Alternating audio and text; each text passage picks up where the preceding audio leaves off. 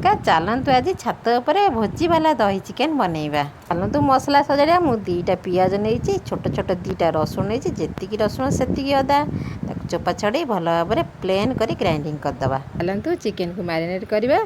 मु fresh chicken आधा kilo नहीं चामुचे हलदी गुंड पकेबा, चामुचे जीरा गुंड पकेबा, चामुचे धनिया गुंड कि चिकेन पाउडर रु चामुचे आपन जेमिते नका खाइबे से अनुसार नका पकेबे। स्वाद अनुसार लुण, पियाज रसुण अदा जो पेस्ट करते पकेबा।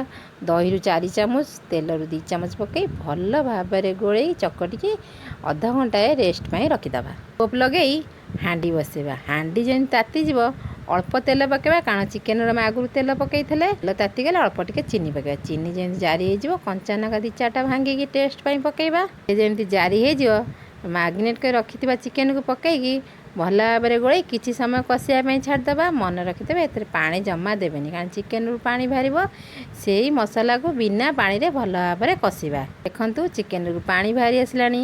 एथर पुणी थे गोले घोड़े किछि समय सिझिया छाड़ीदबा। देखंतु चिकेन टी कषि आसलानी सेतरु तेल मध्य छाड़ी आसलानी। एतरे पानी देईदबा भल भाव में गोले किछि समय फुटिया छाड़दबा। फुटीगला पर कस्तूरी मेथी डालचीनी गुंड पकई भल भाव में गोले किछि समय सिझिया छाड़ीदबा।